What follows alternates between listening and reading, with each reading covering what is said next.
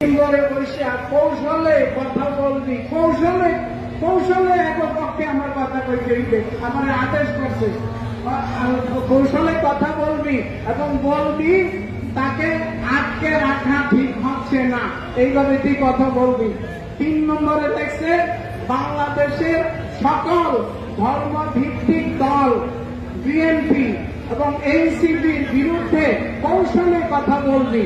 আরো দেখছে এনসিপি পূর্ববঙ্গের সবচেয়ে বড় শত্রু, আর ধর্মভিত্তিক দলগুলির বিরুদ্ধে কথা বলবি। 4 নম্বরে দেখছে মুসলমান মেয়েরা হিন্দু ছেলেদের সাথে প্রেম করতে কোনো বাধা নাই।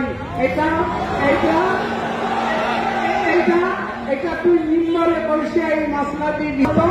আমাদের কথা মতো যদি তোরা চলাস এবং এই সেক্রেটারি ক্যাশিয়ারের আদেশ করছে তোদের ক্ষতি করে চাপ দিয়ে যদি এই কথা বলাস, তাইলে তোদের প্রত্যেককে 1 কোটি রুপি করে দেওয়া হবে।